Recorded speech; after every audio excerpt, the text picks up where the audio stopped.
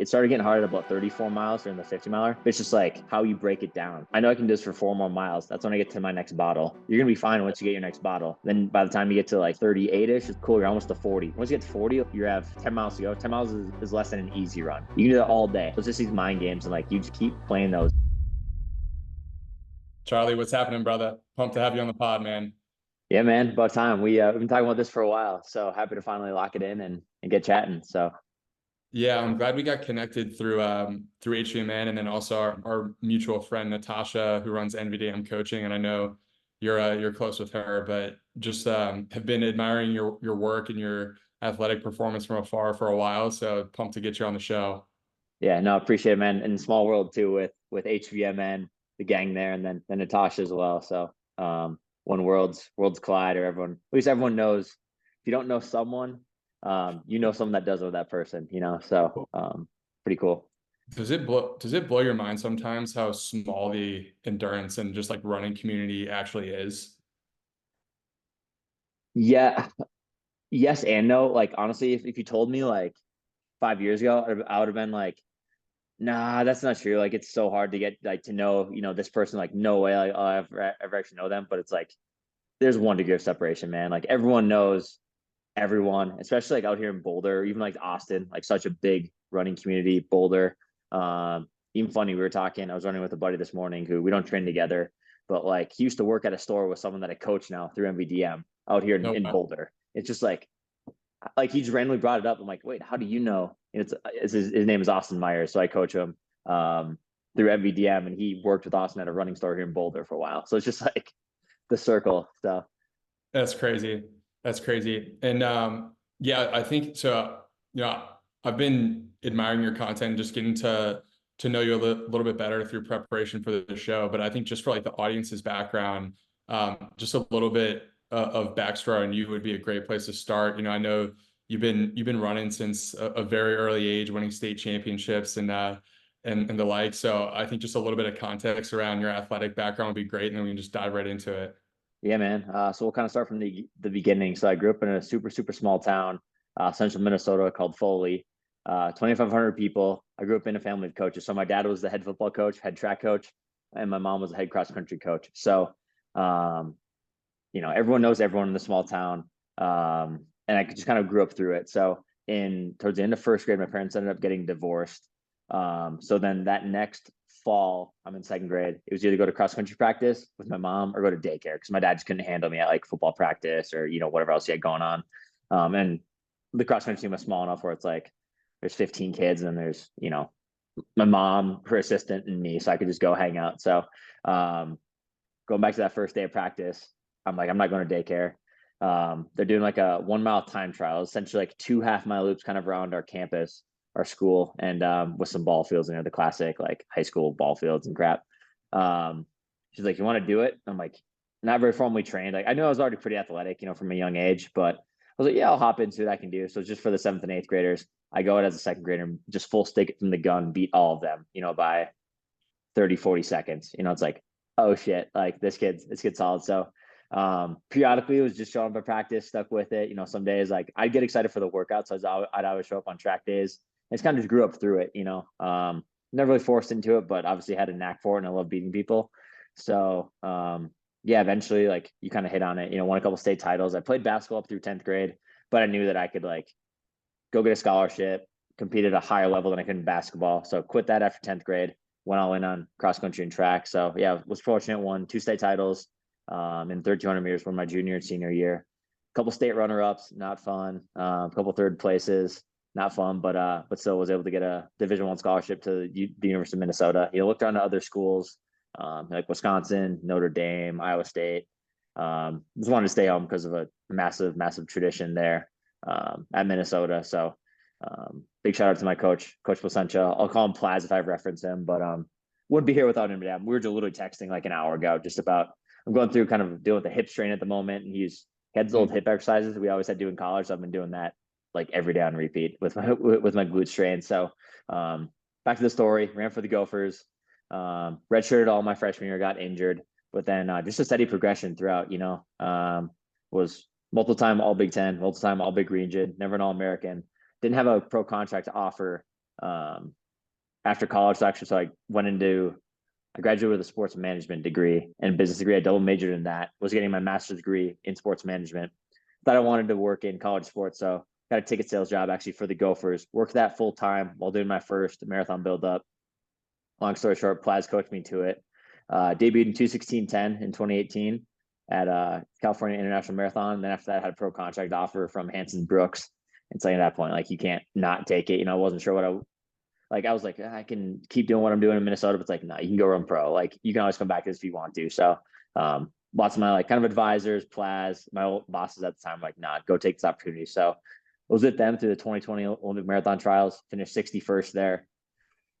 I don't really know how I felt about that. I was pretty disappointed, but then moved to Boulder after that. So, and I've been out here since for the last 4 years. So I'm just dabble a little bit in ultra distances, paced Des to her 50K world record. So that was kind of my first little taste of it, and kind of dove in fully officially this past fall, where I broke the 50-mile world record. So, and then I was coming off an Olympic trials race where I unfortunately had to DNF because of a strained glute minimus that I was dealing with for now about a month. Actually, been kind of shitty, but that's my career in a nutshell there. So, and hopefully a lot more to tell in regards to it, but I love it. And yeah, it's very, very clear that you're, still on the trajectory of, building your career out. If you just started in the sport in terms of just the longer endurance races, and you're beating the 50-mile world record, I'm sure there's much more to come, which is, I'm sure, an exciting aspect of this whole journey for you, being a young athlete and just knowing that there's tons of potential for you to just continue to grow into the sport,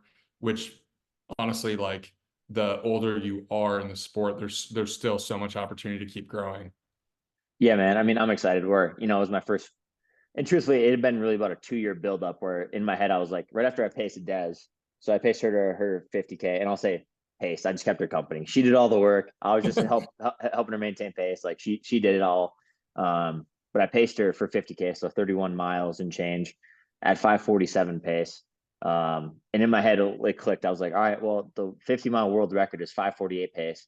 I just paced Des as just a workout, as a long run, no taper, no nothing, at 5:47 pace. So in my head, I'm like, I think I can go break the 50-mile world record. Like, when I'm going to do that, I'm not sure.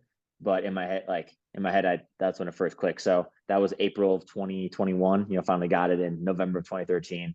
But yeah, and that's the thing too. It's my first 50 miler. When I'll get a world record, if I can go do, replicate that in either 100K or eventually 100 miles. We'll see. I think I'm a few years away from that, but everyone's already trying to push me to like Western states, Leadville. Like, I'm good for now. I'll try to keep dominating kind of the road ultras and see how fast I can go until I officially move to the trails. But yeah, I'm thinking at least minimum 5, upwards of maybe 10 years of still trying to do what I can, at least in the marathon and up, because I think the marathon distance ultimately helps you stay faster for these ultra distances.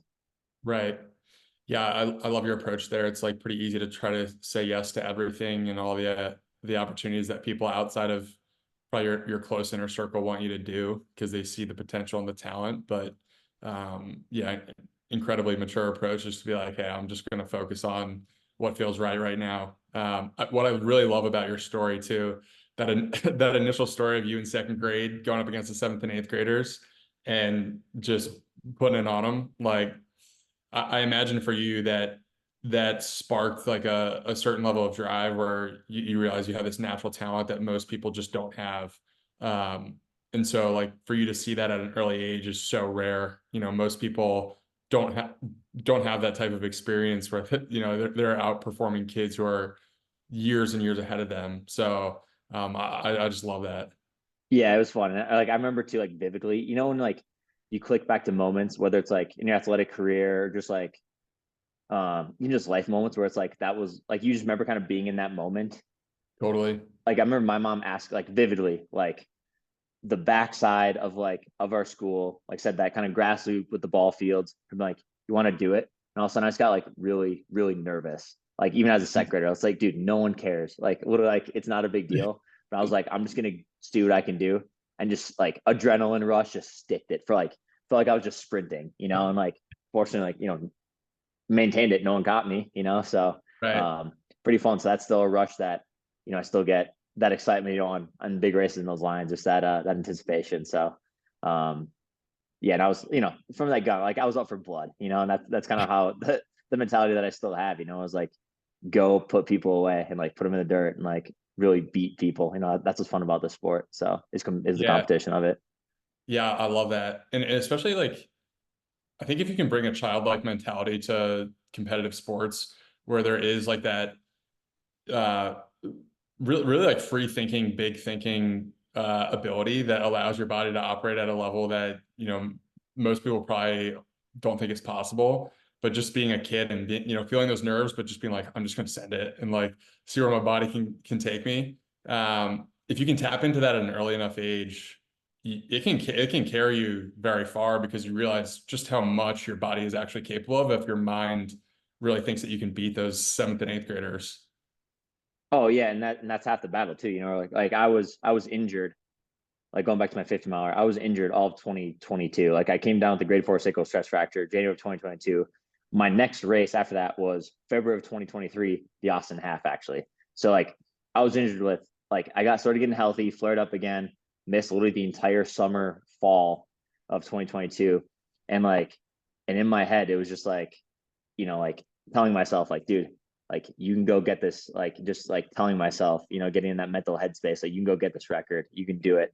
Just kind of that mind frame from the early age, like believing in yourself, seeing your ability, kind of transitioning through. So Yeah, it sounds like you had a pretty special relationship with your college coach. Did you have anyone early on? Because I know, like, at least from personal experience and from friends who have actually had success athletically, there's always like that coach along the way that inspires a little bit of like extra vision to what you think you're capable of. Was there anyone early on that gave you that little extra push to say, hey, Charlie, you can really do something with this talent you've got? I mean, 100% my dad. I'd say that like through and Mm. through. I mean, he was a D2 like All-American at University of Minnesota Duluth. Actually had a small stint with the Vikings. Just a freak athlete, 6 foot, like could fly around the field. He was a cornerback, but he's had kind of that killer mentality. So like, and I saw that from day one. Like he was never like that cocky or anything, but like once you got him talking about football and like the year like that they were undefeated, like making a run for the national title and stuff, like you see him just get this swagger and all that, and like so like from a very very young age, because like he had these trophies, just like in his man cave, and I'd see that, I'm like, what is this? This one's really big. Like tell me about this. He's like, oh yeah, it's like I was the interceptions leader like in the country, all this like these Yeah. dope things, and it's just like he's not being that cocky, but then it's like, oh shit, like he was really good, And I remember telling him when I was young, I'm like, I want to have more than you, and just like all this stuff. So definitely looked up to him. But then he'd always push me, he was the dude where, like even going to like visualization of like where you're at in a race or all that. He was the first one to ever be like, yo, like you're gonna win state this spring. Like he would just tell me that. Like I just wake up and be like, what's up, champ? I'm like, what do you mean? He's like, oh well, you're gonna win state. Like he would just, so by the time I even got to like the line of the state meet, my junior year in track, it was like I already thought I was gonna win. Just Hmm.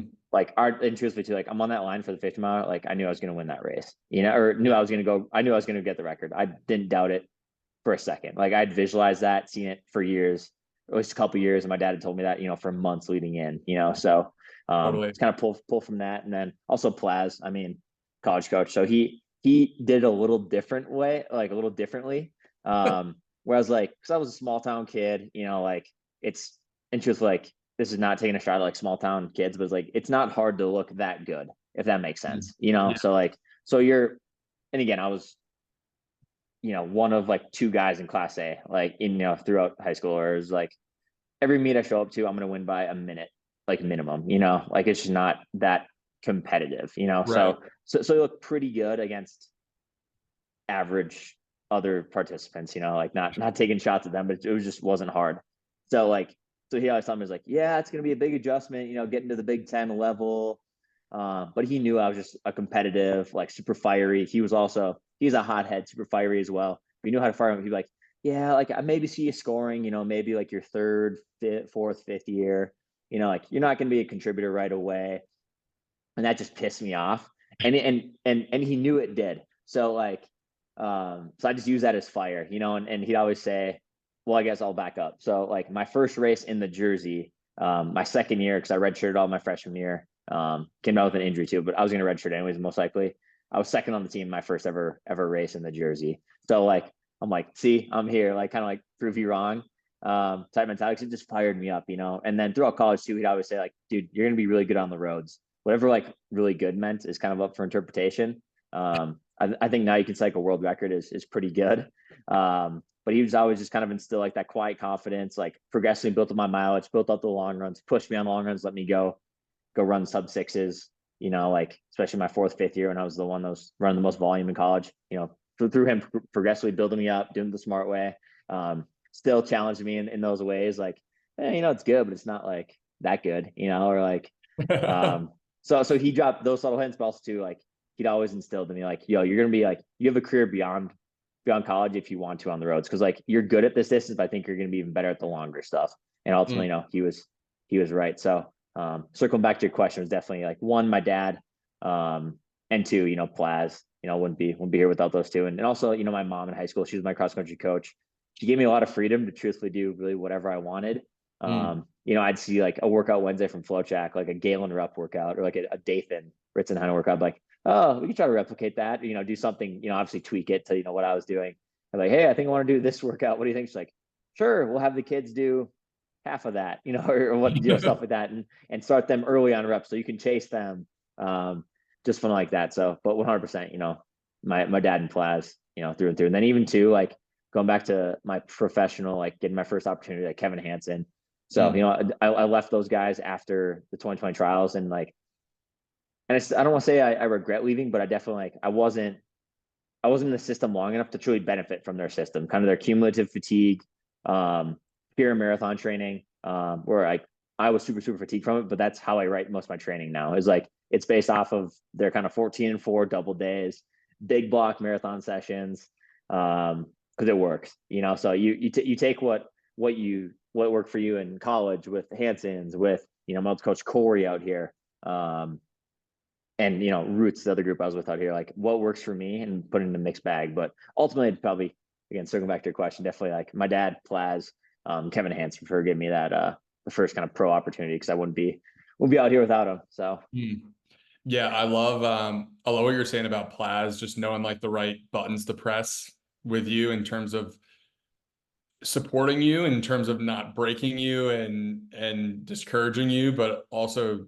knowing exactly how to fire you up and get you motivated to the point where you're competing at the Big Ten level, and getting you probably, to a point faster than you might have thought of, just by, antagonizing you a little bit and getting you fired up to actually get out there and push it a little bit more. Oh yeah, and that's the thing too. Like we're both total competitors, total hotheads. Like, dude, there were times where we were at each other's throats a couple times over just really dumb stuff. But like, yeah. I mean, he'd had me by the shirt and stuff before, like screaming at me because I'd gone too fast in a workout, and just like, or made a comment that like wasn't smart, and so he knew, like anybody, he knew he could say it to me and I could take it well. Wouldn't go jump in the transfer portal or anything like that. He knew it would just piss me off and just motivate me. So right. We had that kind of relationship and really still do. So that's awesome. Yeah, it seems like you tapped into something pretty special with your dad. Just what he instilled in you from like the visualization and almost expectation standpoint, where it seems to me like a lot of people outside of the athletic fields and even in some sports, like I grew up playing baseball and golf. And if your expectation is that you're going to strike out or that you're going to, hit the ball in the woods, if your head's, if your head's in the place where you think you're going to strike out, good luck getting a hit. Like the chances of you actually doing that are much lower. And just giving yourself that expectation that like, yo, I'm going to win states. And even if that comes across as cocky to some people, I think for most people who understand athletics, you need to put yourself in that headspace before you even start practicing that season. So you approach every practice session with that expectation that I'm the guy who's going to be competing for a state championship this year. Like that's who I am. Yeah, man. I mean, that's the mentality too. Even like my girlfriend was so sick of it, because like we started like talking like a month after I got injured. So that's like February of 2022. And like we've since been really kind of seeing each other since, honestly. And I told her, I'm like, yeah, I think I want to break the 50-mile world record. As I'm like not running a step, I'm cross training on the bike in the pool every day. But like my mentality at that same time was just like, all right, if I want to break the world record, which is 4:50:08 at the time, like I have to be running for at least 4 hours, 49 minutes and change, so it's like, so why does a 3 hour like pool session bother you? Or why does like a 5 hour bike ride or 6 hour or even like 100, like a century ride? Like, why does that bother you? You can go do that in like 6, 7 hours. Like Yeah. biking is way easier than running, so like, so this like cross training should not bother you. And in like, while I'm doing that, I'm just like visualizing like being at the race, breaking it, like even get to like 2 hours into the pool. It's like, okay, like you have at least 3 hours to go if you're running, or, 2 hours and 45 minutes to go if I'm running, 50-mile race. So just visualizing that, convincing myself like, hey, you can do this another 2 hours, or, another hour in the pool, just like getting myself to like believe in it, visualize it. So like it had been in my head for truthfully 2 years. And, Allison, my girlfriend, definitely gotten sick of me saying it. And it got to the point where she's like, well, go do it then. Go do it. I'm like, watch me. Like, I'm just like, I'm gonna go do it. Like, I have the race, like it's on my schedule. Like, I'm gonna go do it. It's like, well, Yeah. you still, it's a long way to go. I'm like, yeah. Or like, you haven't run 50 miles. I'm like, yeah, I haven't, but it's like I've visualized enough to like just be overly, I would say overly confident, but definitely like there's an aspect of that confidence, So where I was just fully ready for it. And even too, like I used the work, I ran a marathon a week or 4 weeks prior, just literally as a workout, like long warm up, long cool down. I was the only person cooling down on the day. And it was just like, I was injured all of 2022, so I wasn't able to get my trials qualifier. So I'm like, well, I can hopefully double dip, get my trials qualifier, get a workout for the 50-mile. Even too, I was just always saying, getting an Olympic trials qualifier isn't hard. It's just like if you consider yourself a good marathoner, you better go have that. So I'm like, I'm just gonna like, I wish I, truthfully, now looking back, if I would have tapered, I think I was in probably 214, 215 low shape. I ended up running 216.10, but as a workout. So like, Okay. but in my head, I'm like, I can easily run 218. No, that shouldn't be. I just told myself like that's not that hard. Like if you consider yourself a good marathoner, 218 should not be difficult. So go out, go do it, execute, move on, and get ready for the 50-miler. So it's just that visualization through what are the last 2 years, or like you were saying, the months leading into the state championship. Um, and all that, it's just like been practiced for the last, really, that was 2012 at this point. So, 12, 13 years going on, that kind of just like those mind, like what you can do with your mind, it's super, super powerful for sure. Yeah, it's the differentiator for most every athlete who's ever been the best at anything that he or she has ever done. I'm curious if you feel like you have a mental or physical edge that you want to keep pressing into to get to these next level results that you're ultimately chasing right now. Is there anything that you've identified within yourself that makes you different, that you're like, hey, I need to just like double down on this? Yeah, I think I'm just so good at like, trying to think of the best way to phrase this. I'm just very good at being like very uncomfortable for a very, very, very long time. Like truthfully, like so what I averaged was 546. I was on 5 like 40 pace through like 40 miles. I just never run 40 miles in my life. So I paused the sweat. I ran a couple like 630s at the end because I was just blowing up. Like I was just out of calories, still on pace, and I knew it. Like I'm like, I can pretty much run 7 flats last 5 miles and still get it. Um, but for me, it's just like being used to and put in practice, like just being very uncomfortable in workouts or in the long runs. Like and for years, I just always been good at it. Through college, which I kind of touched on earlier, just like going and running like 16, 18 miles, like 6 flat pace out the gate, go hit it. Um, that's what I was always good at. Like Hanson's, we never ran that far, got to like 22 miles, but like 530 pace. So it's just like, and I felt like I could have gone farther. It's like it's not quite marathon pace. It's like I'm very good at just riding that edge of like I still have a long way to go. I'm close to cracking, but I know I can hold it. And you just convince yourself you can keep going and going.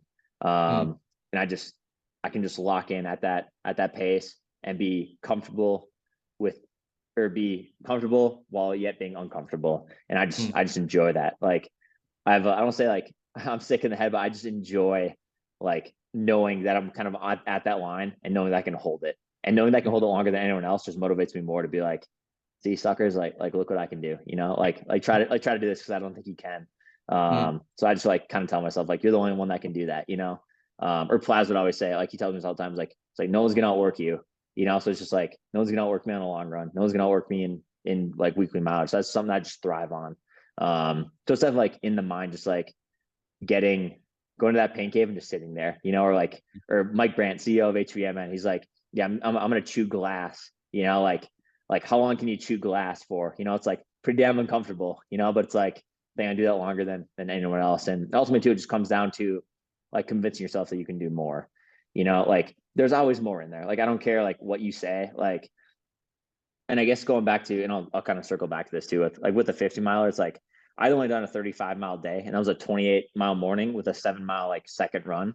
So I still have, it's uncharted territory, the next 15 miles really, or, truthfully, even, I've run 50K. So even the last like 18 miles and change is still uncharted territory, but it's like just how you break it down, like it started getting hard at about 34 miles during the 50 miler, but it's just like, I know I can do this for 4 more miles. That's when I get to my next bottle. Like you're going to be fine once you get your next bottle.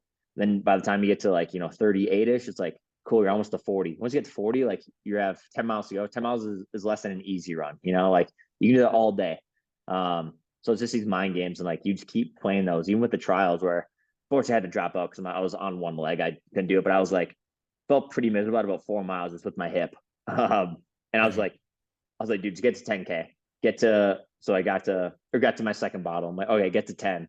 I'm like, okay, get to half. Once I got to half, I'm like, dude, like you could probably get home. By that point, I was limping, like noticeably like limping on one leg, and it was just like little damage control, like not worth it. And that, I'm paying the price. Like I couldn't walk comfortably until a couple of days ago, so like pretty brutal. But it's just like you can just convince yourself that there's always a little more in there. You just like break it down incrementally, because like anyone can run.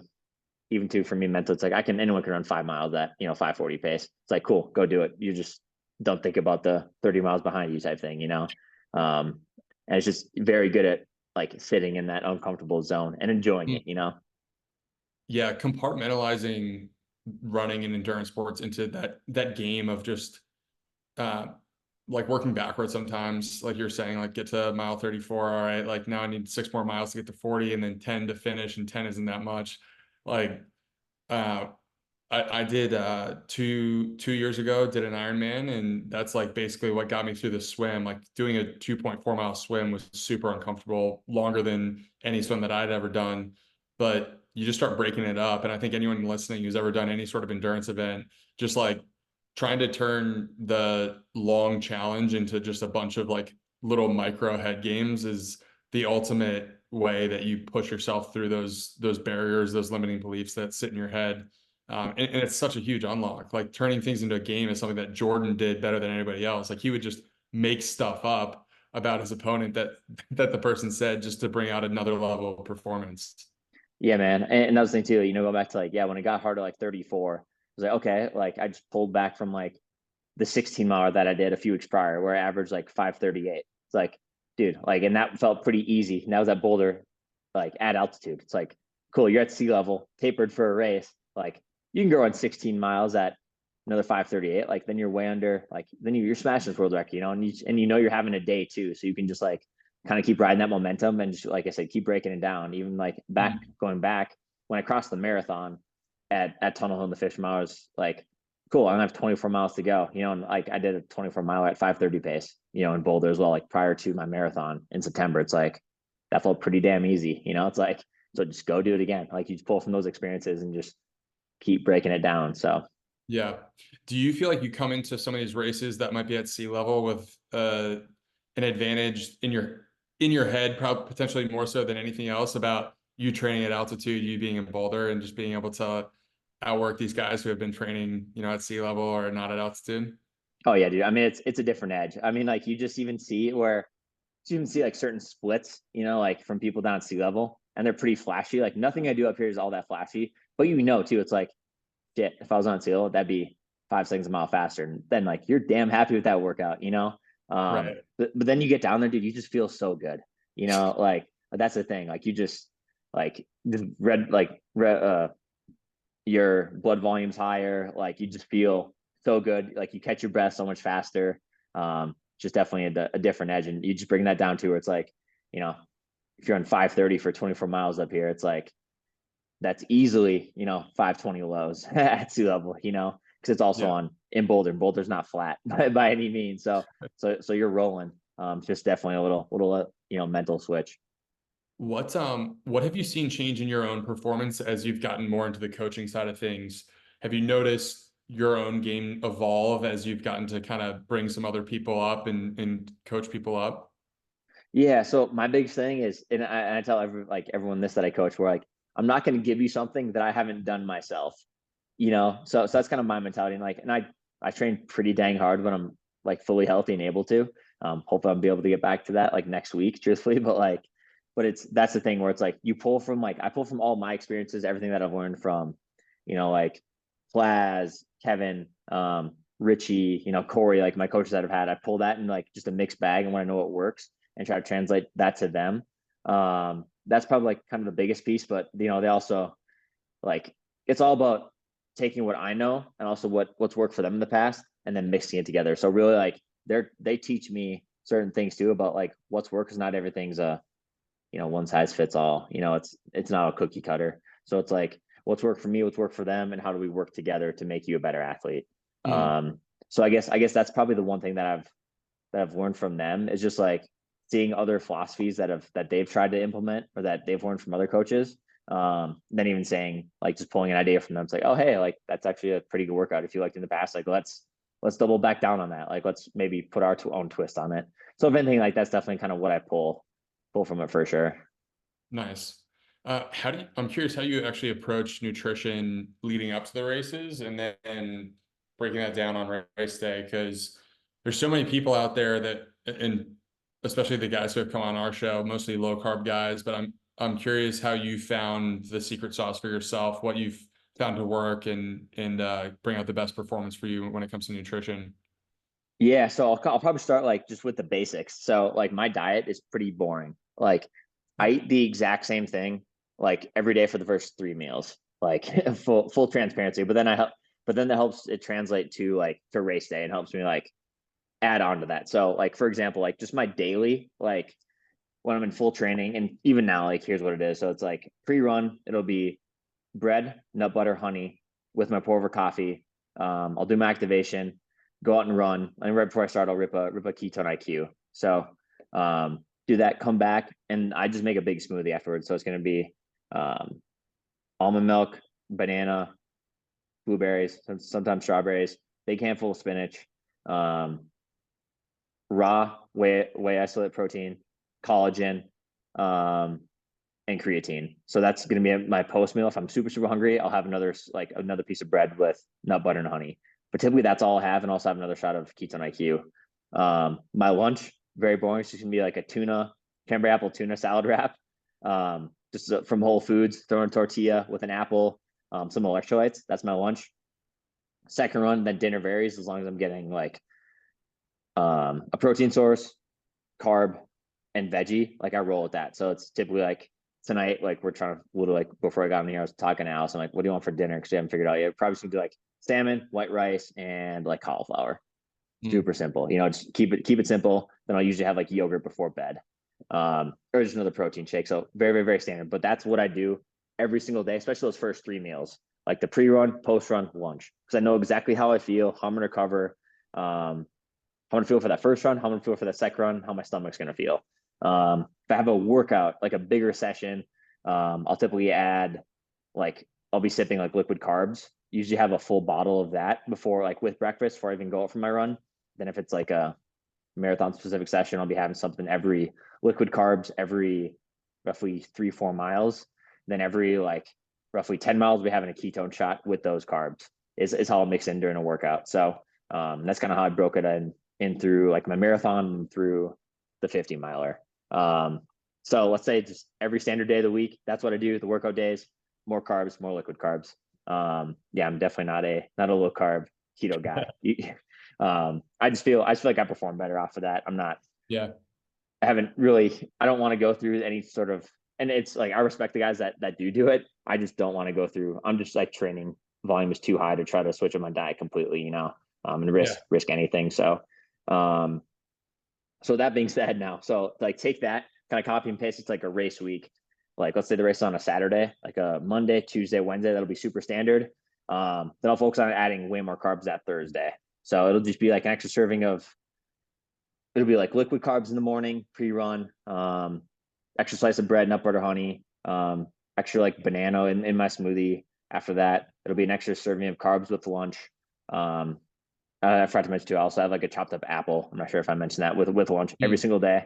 And then for dinner, I'll like almost eat myself to the point like, or eat enough carbs to the point where I just feel disgusting. So it's like, let's say I'll have like pasta, or, I'll eat like 3 or 4 breadsticks with pasta just to like almost like feel puffy and gross. I don't count calories, but I know I'm trying to get at least probably 500-600 grams of carbs in that day. So it's, again, I'm just kind of guesstimating, but I know kind of how I feel off of like the extra servings with pre-run, post-run, lunch. And then usually if I start feeling disgusting at dinner with whether it's, pasta, something light, whether it's like a chicken, a lighter meat, then the breadsticks, and I'll still have like an extra, like usually like a Morton bar or something before bed, just extra carbs. That Thursday, then that Friday, I'll go back to like my standard diet. Because carbs typically peak in your system, 24 to 36 hours. So I might have a little bigger breakfast, then I'll just go eat normally so I don't feel gross race morning, kind of that Friday. Usually my standard pre-race meal is just, I just go sushi.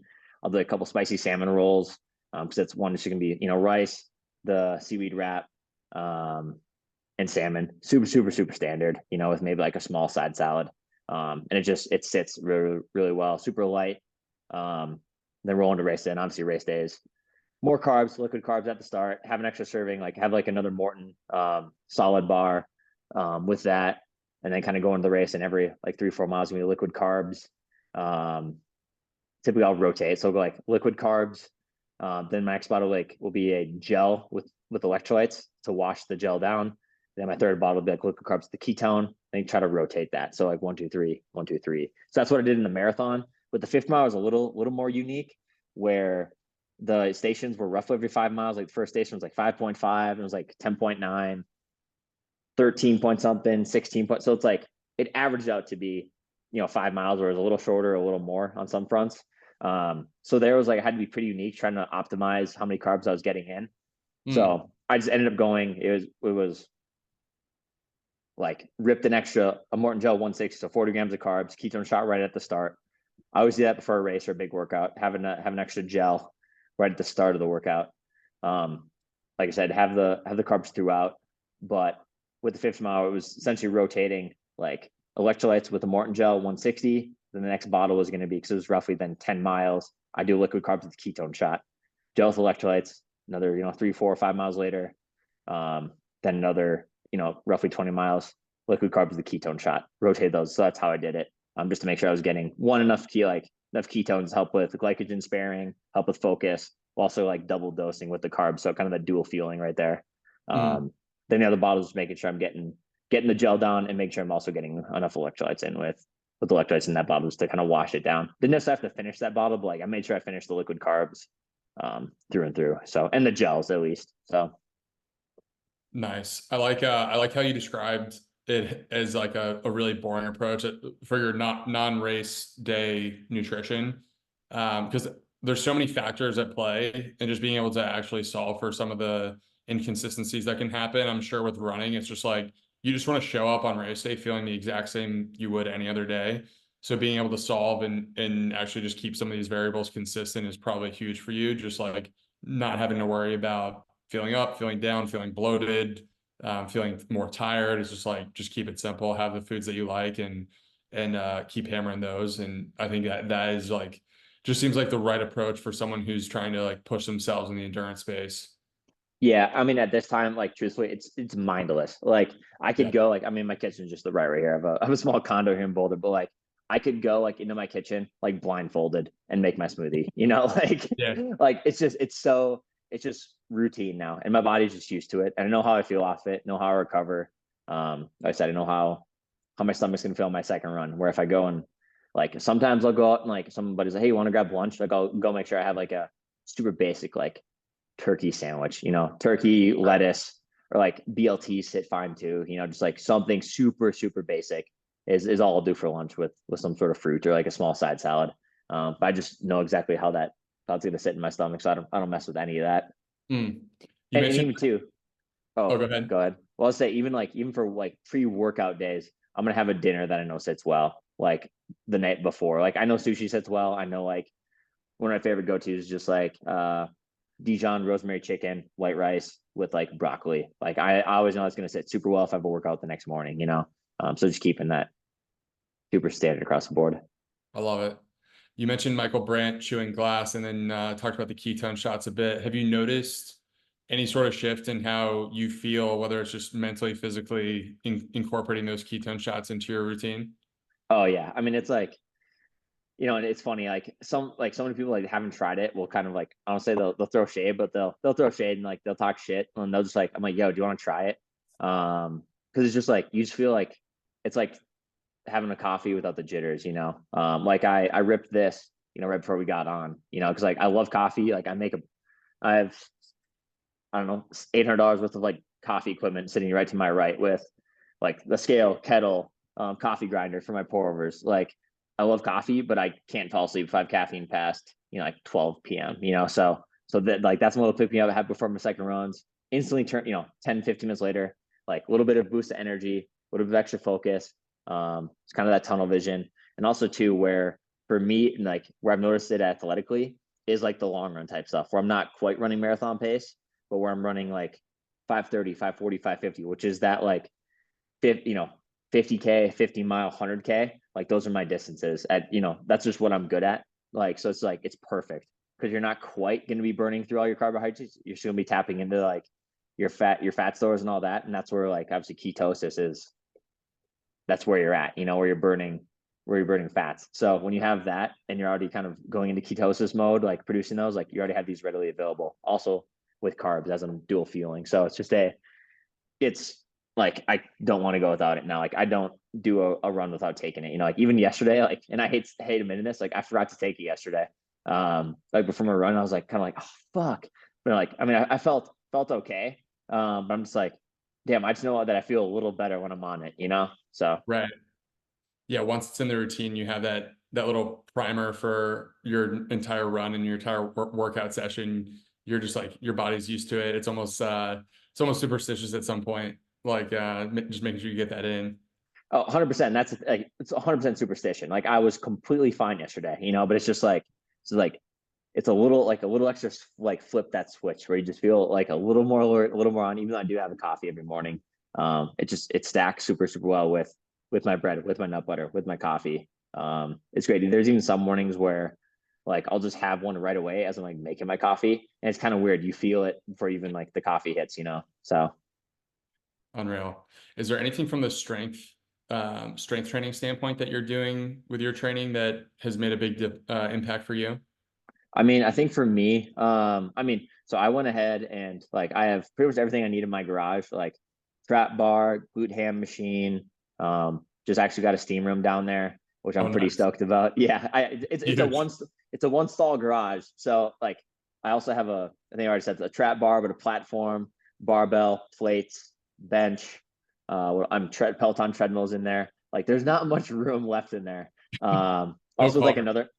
No car. No, my car's looking at it right now on the street. So so yeah, definitely no car. But like for me, it's like it's all very, very runner specific. I'm in there at least twice a week. Doing like even today, I ran this morning, had actually an earlier meeting. So I had to like usually I go right from my run to my lift.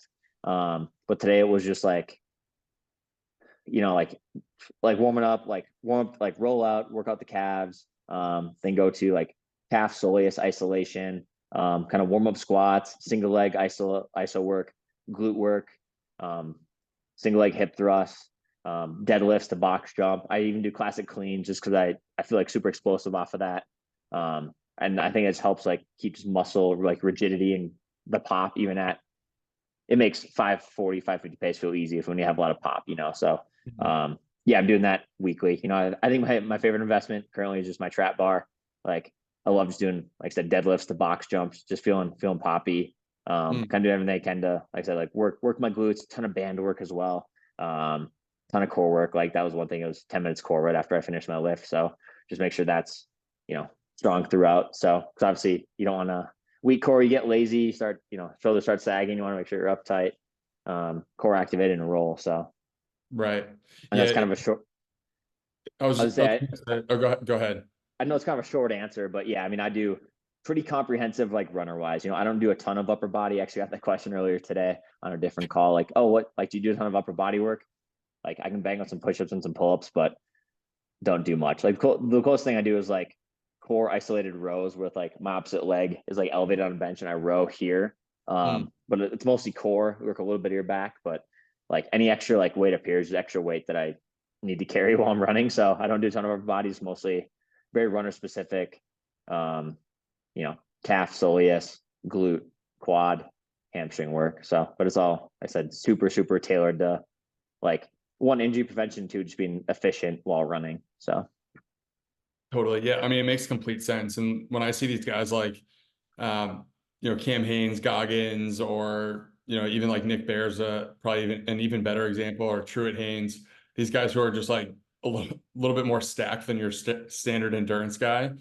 I'm like, how are they pulling that mass? And obviously they come from a lifting background. They're very strong guys, but you know, it definitely, you're compromising efficiency at being that size and having to go out and run these crazy long distances. 100%. Yeah. And ultimately too, it's just like, how can I, you know, get from point A to point B the fastest? It's like, yeah, you definitely want to be like strong. You want to be like, but ultimately it's like, how efficient can you be while doing the distance? How fast can you do it? So, Right. yeah. And also too, it's like with Nick, it's like, you know, gotten to know Nick a little bit over the last couple of years. Like, dude ran under 240, like with how big he is. Super impressive, man. But it's Yeah. like, you see him where, you know, he goes from like bulking to like to where he's at running. It's like, if he, even if he cuts, you know, probably 5, 10 more pounds, he's probably just cutting just by the weight he's carrying. He's losing another few minutes off his marathon, you know, which is when you're his size, it's a lot easier said than done, you know. But Right. so for me, it's like, how can I get my, you know, 140 pounds, you know, to go as fast as possible for, you know, 50 miles, you know, or 62 Right. miles. So Right. So what can people expect from you going forward? What are the big goals that you've got set for yourself? I know you seem like the type of person who's not going to be slowing down anytime soon when it comes to setting big lofty goals. So excited to hear what you got in store for the next few years. yeah, man. I mean, like, and I said this like right on my post when I broke the world record was I'm taking this shit over, and that's what I'm trying to do. You know, I got the 50-mile world record. Ultimately, like, I want to go try to get the 100K world record. I'm not quite sure when. But this year, just kind of short term, the World 100K Championships are December 7th, in India. So like, and I can confidently say now that like if I'm on that line fully healthy, like I have a great shot of winning. Like I think I'm the guy to beat, truthfully. When it comes to that race, obviously I've never run 100K, but I've also never ran 50 miles before I called my shot. So I like my chances there. The only caveat is that I'm not guaranteed to make the US team, even with my 50 miler. They take that as a submission to make the team, but to get an auto spot, you have to run the US 100K championships. Those are coming up April 20th.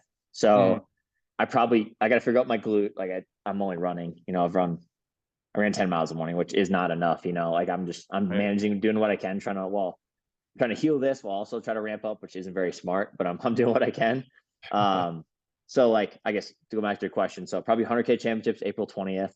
Well, definitely like that's going to be the goal. Go win that. If I was fully fit, I try to say I'm going for the world record, but it's just not a fast course either. But ultimately, it's like go in a US title, get that auto spot, go try to win a world title. Then after that, 2025, just like let's go make sure I get the 100K world record. Hopefully I have a world title. I can chase the world record there. I'm gonna love to have those two, the 50-mile, 100K. Then ultimately, too, at some point, I'll definitely see what I can do on the trails because I have the speed for it. I'm not Yeah. sure I'm not sure I still have the technical footwork, you know, from basketball days, but hopefully that isn't too lost on me because that'll definitely help, you know, on the trails someday. So I love to go try to win like a Western States. That's definitely a few years down the road, but we'll definitely, you know, fill stuff in between. I definitely think I'm a little untapped at the marathon too. I think I can run 212, 213. I'm going 216. So I'd love to try to also like lower that because I think that'll ultimately help me at the like 50-mile, 100K as well. So we'll kind of see what I can do and get ready. Honestly, just make sure I'm at another Olympic marathon trials in 28, in some capacity. So, well, no, not in some capacity. Make sure I'm racing it. So, I but love yeah. it. So kind of year goal, long-term trails, but also like maintain that marathon speed. So that's kind of the long short answer. How long is the Western Trails race? That's a 100-miler. Oh, wow. Okay. Love Yeah. it. So and here's the thing too, like, and everyone asks me to like, oh, you should go for like the 100-mile like world record. Like that is so far. Like I don't like, and even like 50 miles is far. Like don't get like that's a long way to run. You know, like even 100K. Like you know, and I think I could go get the 100 mile world record, just like the road world record. But like, that is so long, man. Like that's, you know, I don't even know the record. It's 10, 11 hours of just Yeah. like, I don't want to do that long. Like I can be locked in for 5, 6 hours, but like beyond that, it's like, what are we doing? This is half a day, you know, like, Yeah. so, but yeah, well, that's the thing. And go back to Western states, like that's a trail race. So obviously, so it takes longer, but it's a little more scenic, you know? So Yeah, totally. I love it, dude. Well, you've got me totally pumped up. I'm running the Austin Marathon this weekend. I'm incredibly undertrained, but I'm going to be thinking about this conversation the whole time. Hopefully, ready to put a decent time out there. But you know, I'm just incredibly appreciative of the time and stoked to follow you as you keep going after these goals, man. It's really incredibly exciting to see you just pursue this stuff with all your heart, and you know, you've been doing it for so long. So just excited to see the trajectory that you're on. It's sweet. yeah, of course, man. Thank you. And like I was telling you, like, just break it down. Like get up that first hill for 3 miles, roll that downhill, get back to downtown, attack the hills over from like, you know, 10K to half marathon, roll back, you know, like just break it down. You got it. So I love it. I love it. I'll let you know how it goes. I'll shoot you a text afterwards, but appreciate you, brother, and we'll talk soon. yeah, thank you, man. Appreciate you having me.